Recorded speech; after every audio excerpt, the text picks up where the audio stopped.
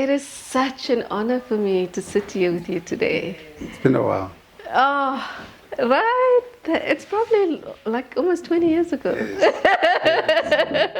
Yeah, it's such an honor. Yes. What honor?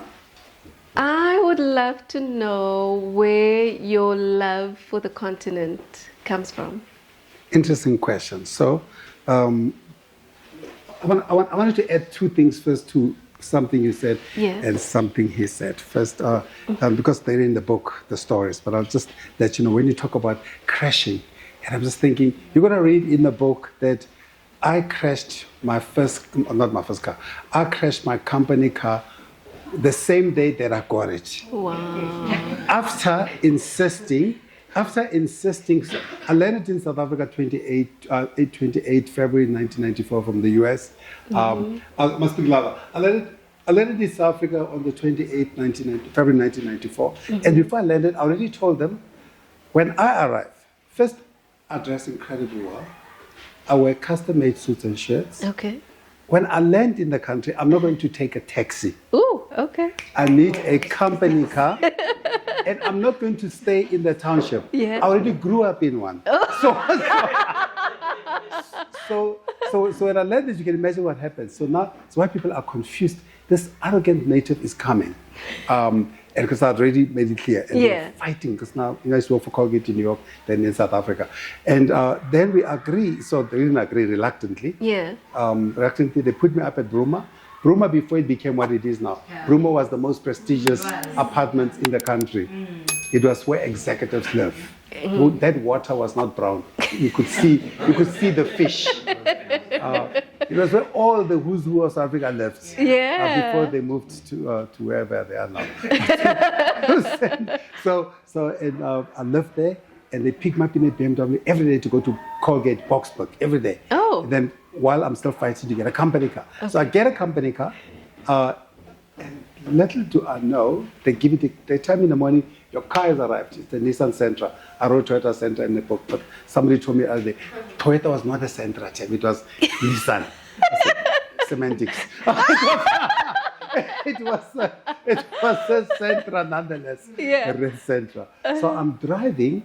So now I'm not driving first. So the car gets delivered at my office in Boxburg. So I look at the car. The car is a stick shift. I learned how to drive with the manual, with the automatic in the US, because that's all we're driving then. I mean, now that's all everybody drives in South Africa. And I was like, I'm in trouble. So anyway, so I called Isaac, who works in the factory. Yeah. I said, Isaac, help. Little lesson during lunch. So Isaac takes me out. Isaac takes me out in the field, teaches me how to drive. Little bit.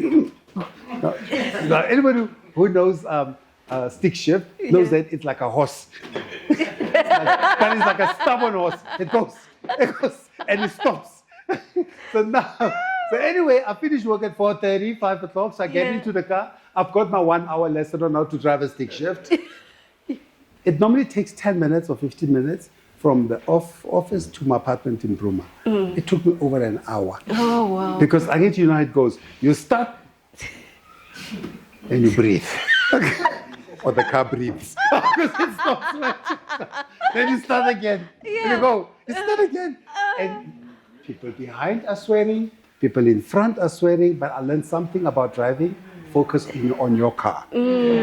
These other ones, they've got issues. You don't have issues. You are driving. So anyway, I arrived at my apartment, which if you go there now, it's so embarrassing because I went there recently. Yeah. And I looked at the steep. The steep, how I saw it, was a 45 degree. Oh, wow. Blame it on Njimotsega's math. It was like it. When I look at it now, it looks like this. Oh, no. But I just learned how to drive. So this thing. So then I come there and I'm standing there and I'm looking on the side. It's like, how am I going to go there? There's a security gate. There's security there standing and looking at me.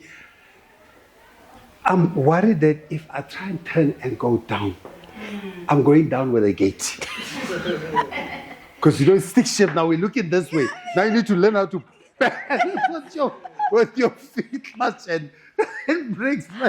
So anyway, I'm standing there. So the security comes up and says, "Healing King, you can't drive." I'm like, so I don't ask him questions. I just throw the keys at him. Oh, okay. He hears somebody challenging me, like, "You do your thing because you know how to drive." So I throw the keys at him. He comes in. I think,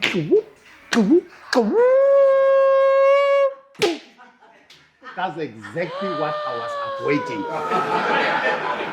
So I now say to the man, "What the did you do? Can't you drive until you did not ask me?"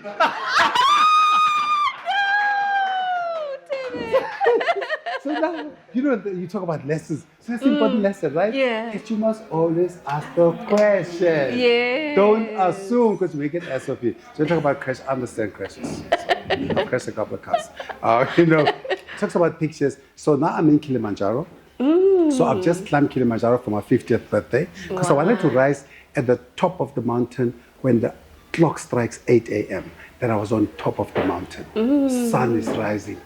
My 50th, and then we walk down. So I'm coming down. So now I'm at 3,000, maybe 2,700, I can't remember.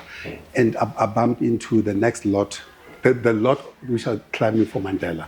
Just me and 7 of my friends. So now we meet the lot this time for Mandela. Now we standing there, and I'm looking for Zulu, for Gugu Zulu. Oh. And I'm saying, Gugu, where's Gugu? The wife says to me, "You see, Gugu is getting." So then I said, "It's like he's not feeling well." I'm like, but he'll get over. He was an athlete. Oh. And so I'm looking for Gugu. I can't find Gugu. There's no one wants me to scream. I can't find. So now we know we need a microphone. Yeah. So I'm running. So I'm looking for Gugu. Then I see Gugu. I said, "Googs, all right." Goog says, "Yeah, I'll be good. Just dressed up warmly. I'm dressing my t-shirts because I've now summited. Now they're making their way up." Okay. And then they're making their way up, and we hang around. Let's talk about pictures are so important. I take pictures everywhere. So anyway, so we're about to part. I mean, I did say something to Gugu. I gave him a hug. I only met him recently. We all knew of each other because we are in Joburg. And we are on first name basis in Joburg. So in a way, I'm from Kimberley, so you have to know me. Yeah. So everybody knows who I am, and we all know who Gugu is, but we don't always know each other. Yeah. So I just met him once recently when he told me he's going to climb. So then Gugu says to my friend TK, "I need a picture with Thebe." I was like, yeah, that's a cool thing. Yeah, picture of Gugu. Gugu is a racing car driver. So he says, "I need a picture of Thebe." So I said, "Sure." Then I give him a hug before we. So let me take a picture first. So Gugu takes a picture. Then I give him a hug. Then I say to Googs, whenever you reach your summit, come down, because we all have summits. Yeah. We all have where you peak, and not all of us are going to be at 5,800, which is the summit of Kilimanjaro. Some of us, and I remember so many people. Some stand at 4,000. Somebody says, I'm good here. I've done my bit. Okay. I'm not coming down." Even right on their CVs, climb Kilimanjaro. He did not say I summited. Those are two different things. So even if you go one step in the mount you ride, I climbed Kilimanjaro. Nonetheless, you take the picture. I come home to South Africa, and then I wake up in the morning on Monday, and people say to me, then I get a message at 6 a.m. "Thebe, Gugu's gone." I'm like, "Gugu is gone?" I'm like, "Jesus Christ. What do you mean Gugu's gone?" I'm like, "Where is the picture?" And the picture was on TK's phone. And because sometimes we don't know this picture is where it's going to end. And so it's not so much about the picture doing something for you, but the picture reminding you of a moment, of a time. Because when I look at the pictures, now when I was writing my book, obviously I got tons of pictures. I've got 300,000 pictures. Wow. And I had to search which picture is right for what. What story, because the picture tells a story. Yeah. So that's, so I thought, let me just segue there. Before you jump in, are you going? I was going to answer your question. Okay, but before you jump into that, wow, Thebe, I mean, just the fact that you decided what summiting looks like for you, wow. I think there's a lesson in there, right? That as founders, you get to decide what success looks like for you. Yeah. I always say that I'm not Elon Musk. I'm not engineered like him. So I'm not going to try and emulate his entrepreneurial journey. I'm just not. I absolutely love I love how you interpreted this, because success is very different for all of us. Yeah. And that's why you ought to know when Who you are. when you have succeeded. Yeah. And you've said it so many times, and he said it as well. Some people are successful when they have a job. Some people are successful when they have a child. Yeah. Some people are successful when they are multimillionaires. So you ought to know your summit. When Yeah. you say, says Fiyin, Absolutely. I'm here now. Yeah. We've arrived. Absolutely. So I wrote a little bit about those books. But Yeah. so 2030, I left Nike 2002. I was chief marketing officer for Nike. So I left Nike for 2002 for having run Nike for Africa. And then I looked at, and I only reflect on it now when I was writing the book, because I now need to add up things. Because when you start writing now, you have to structure content, information, Yeah. how you do, because I wrote every single word, as in 99.9% of what you see is exactly me. That's how when people read the book, they say, I feel like you're sitting right next to me. So if you know me, you're going to feel like I was sitting right next to you. Okay. Because I write the way I speak. I don't write to be cleverer than anybody. I write the way I speak. Yeah. So 2002, when I look back now and says, oh my goodness, so I'd only done 7% of the 55 countries in the continent. So that was 77%, so less than 5. I've only been to less than 5 countries. So I've been to, obviously I'm South African.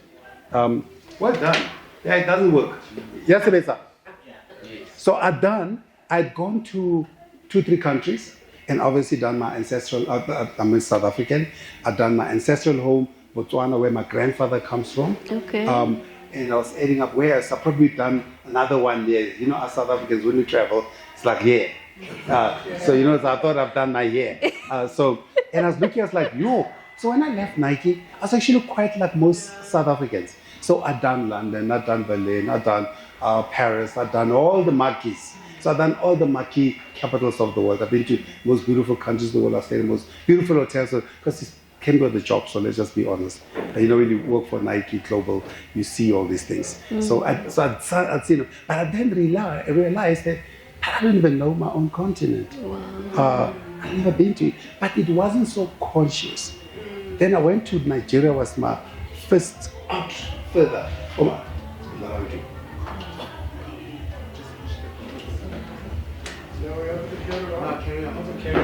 So, is it a DJ? Oh, I was like, our DJ is in a rush. Is that the Grammy music? I know.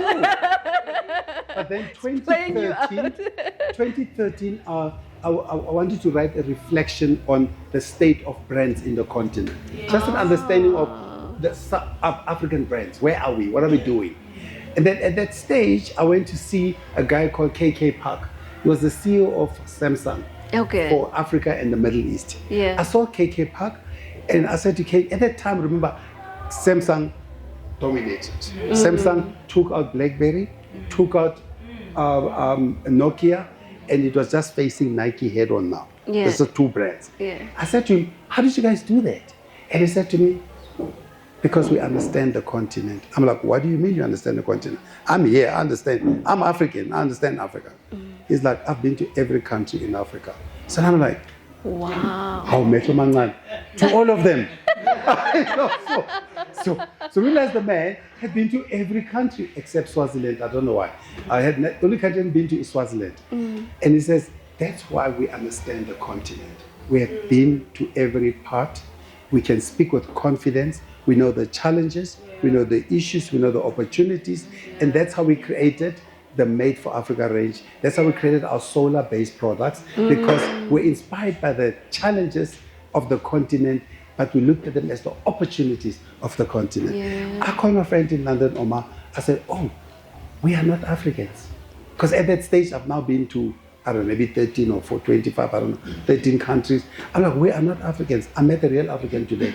He just doesn't look like me. And I started saying to myself, I need to understand the continent a little better so I can speak with confidence and not speak with tweets and Instagram and what people say about the continent or rumors about the continent. Then I was in Switzerland. I've been going to Switzerland for 5 years, judging entrepreneurship awards in Switzerland, but actually just for entrepreneur thinking rather. Maybe that's how I should put it. We judged this myself, a professor from Harvard, and a professor from LSE, and just little me from Kimball. So the three of us were responsible for judging out of the 100 Oxford and Oxbridge and Ivy League PhDs, the ones which got the best solutions for the world. Incredible how these kids think. They're just the smartest people I've ever seen. So we sit there and we judge this. It's easy to Google. Google these days, you can Google these things. But sitting there in one of the sessions that I wasn't judging, there was a Chinese woman, Madame Fui, and she was a short woman. She was part of the Chinese Communist Party. And as a part of the Chinese Communist Party, she sat there and she was being interviewed. I think it must have been Stephen Shakuro, one of these big shots from BBC or CNN. And they had a good interview. You know, Shakuro and all those guys, they're tough. Yeah. And then a young white boy put up his hand for question and answers. PhD. Madam Fouye, you sitting there talking about China. China is great, China's this. But you are oppressing people just next door in Tibet. This is this guy. And Madame Fouye allowed this guy to express himself. Which is a short woman, member of the Chinese Communist Party, allows this boy to express himself. When the boy was done expressing himself, she looked at him and says, have you been to Tibet? And the boy said, no. So she said, so what gives you the confidence to speak about another country and its people and the experiences there when you've never been? My mother is from Tibet. I go in and out of Tibet all the time. He says, young man, let me give you a lesson.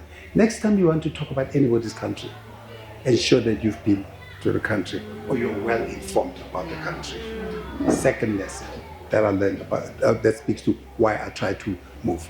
Recently, but I'm adding up a whole lot of things now to tell about the passion and the drive in moving the continent. 2002, 3, Thabo Mbeki spoke at the Tourism Indaba, and he spoke about if he had to travel Africa, if he had time and he needed to travel, what he would do, where he would go. He started painting the beauty about the continent, such a beautiful about picture. the sand dunes in Namibia, about Timbuktu, the lessons, about going to look at the difficult parts of the continent, to Rwanda, look at the effects of genocide. He will go to Senegal to go to Gorée Island and look at the door of no return. And I'm sitting, I'm listening. Which countries is he talking about? I've never been to those. Those countries are so beautiful because he paints a beautiful picture and a narrative about the continent. When I finished all those, when I added up all those, and I said, I need to know the continent better. Not from what people say, but from what I have seen. Fast forward now, 2020, 21, Africa No Filter did a study on the African narrative, how Africa covers, how African media covers Africa. Established that 63% of the people who write about Africa have never been to Africa. Now, what did we establish last month? Africa No Filter and Africa Practice did one more study. What did they establish? That Africa has to pay an additional 3.2 billion pounds in interest on their sovereign debt because of the negative coverage on Africa. So we pay a premium in interest because of the negative coverage. Now, if you add up all those, and ask me what inspired me to travel. Those are the things, if you add them all up, whether it's too recent or earlier, as an African living in Africa and understanding that in the middle of Oxford in London or Fifth Avenue in New York or wherever the main streets are in the world, when you're walking on that street, they all see an African. Yeah. You may say, oh no, I've got an American passport, I was born and raised, no, not me. I was born and raised here. They just see Africa. So if that is all they see, we then have to be the best storytellers of Africa. As Chinua Achebe once said, until the lion learns how to tell its story, tales of the hunter will always be glorified. So what inspired me was to say, I work in Africa, I live in Africa, I am an African. The little I can do is to leave this continent a little better understood, a little better than I found it, and to be not just a witness, but a contributor to the renaissance that is possible because of us. Absolutely. Because there is nowhere else we can run to. Other than we can run back to Holland, they can emigrate to Australia and emigrate to Canada. They can go get their ancestral passports in London. Our ancestry is right here. So the least we can do is to try and create this and make this a better place for us. Yes, yes. You're giving me goosebumps because obviously it resonates. Right. I love this continent. And it's certainly not something that I was born with because I look at my siblings and not similar in that regard at all, right? And even growing up, like I said, I grew up in a Christian home and I always used to go, I will never get a tattoo, never. But now I have a tattoo. And why did I get it? Because of my commitment to the continent.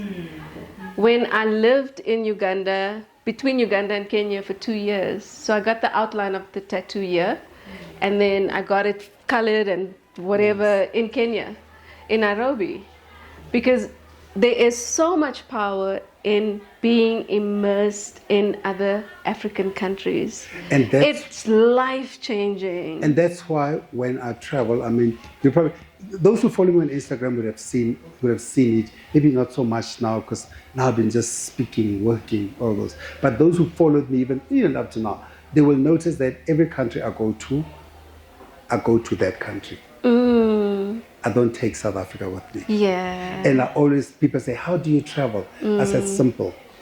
Take my passport, but I leave South Africa at the airport. Yes. So when I arrive at the place, I arrive with an open mind, so I can take in everything on an open slate. Yeah. Because most of us, when we travel, what do we do? Hey, Yaz, what do you mean you don't have filet mignon?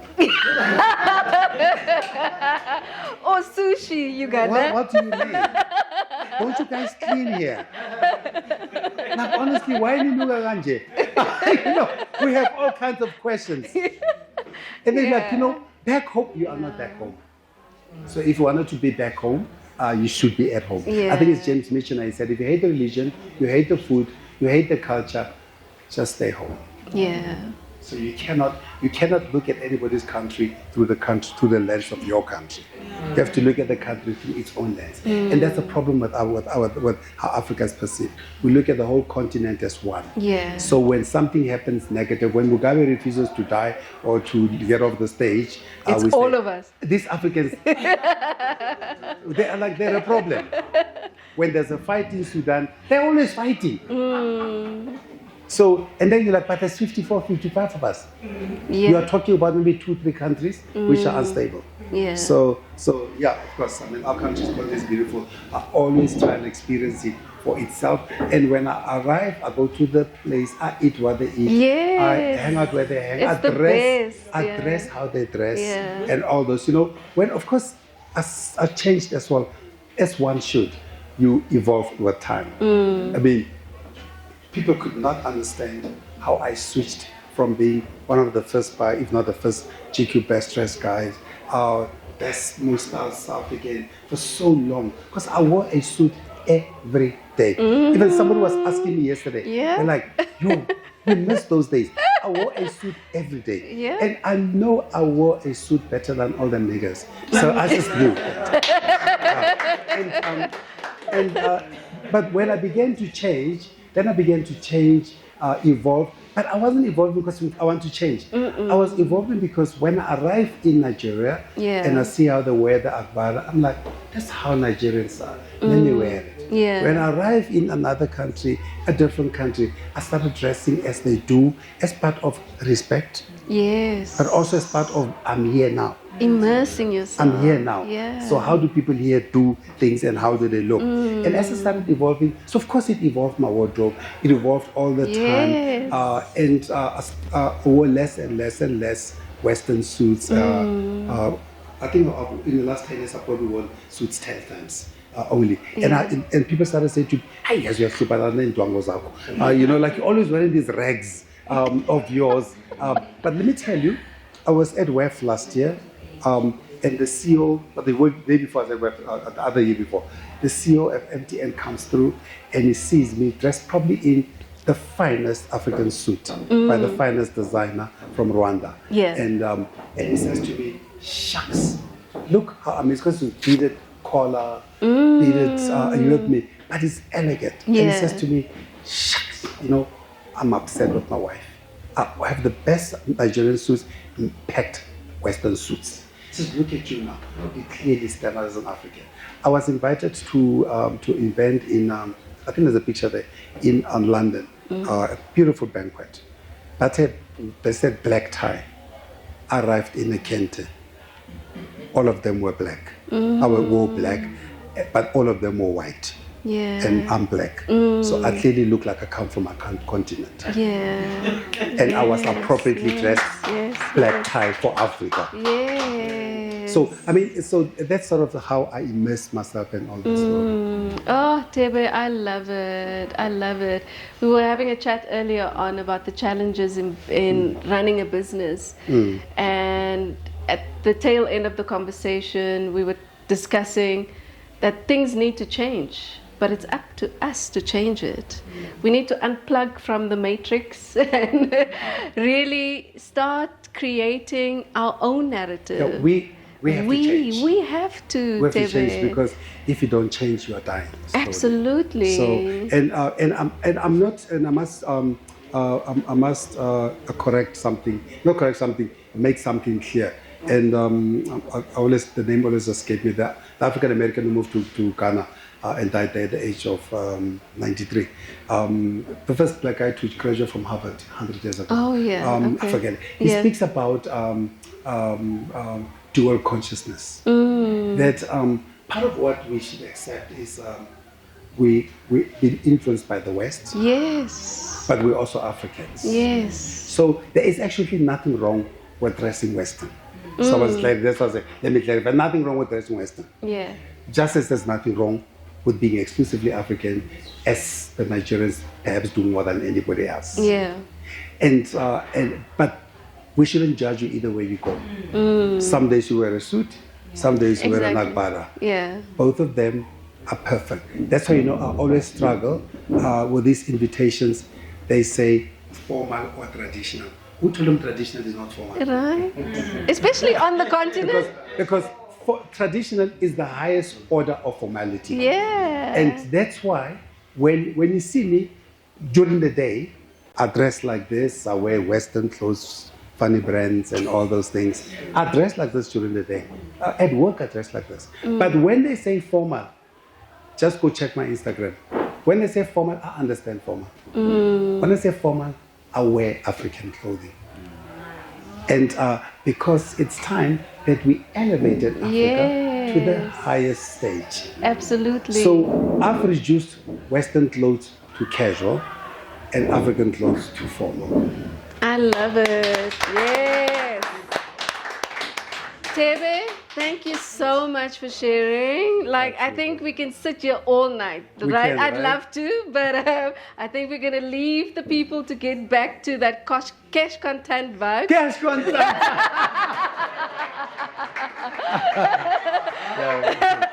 So I wanted to say something about the book for 1 minute. Let me say something about the book for 1 minute. Yeah. I wrote the book under duress. I had no intentions of writing the book enough. I thought I'd exchange, whether it's Instagram, Twitter, or all those, the story of the continent enough.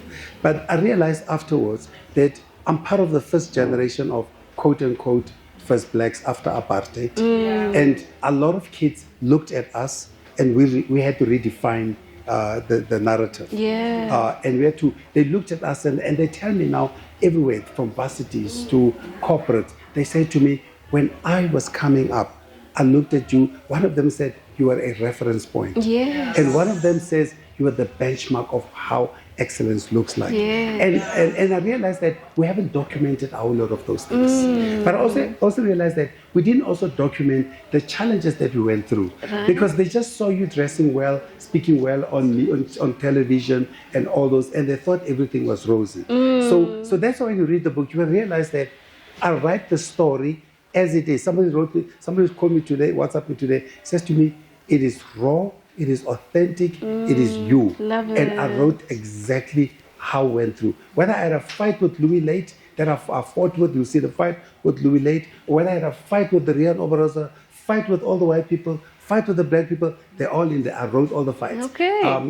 So I dealt with them because it is the challenge. But I always did something well. Like people now actually say, I don't wear my problems in public. I never wore my challenges in public. Yeah, me When you too. see me in public, I smile and I dress well. Yes. And that's how I ran my stories. I limited the battles in the ring. Yeah. And then when I'm out of the ring, I'm having fun. So and the final thing on the book, the final thing about the book, which is important about the book, is I didn't write a how to travel Africa. I love that. So I hope nobody's going to read this for. It's like, hey, Thebe, man, this is how you travel Africa. This is where you go to. This is where. No, but there's none of that. Okay. I wrote my reflections on what I think we ought to do, on my experiences in the different countries, on how to move this continent forward. Yes. And finally, I donated every single cent of the book to a scholarship.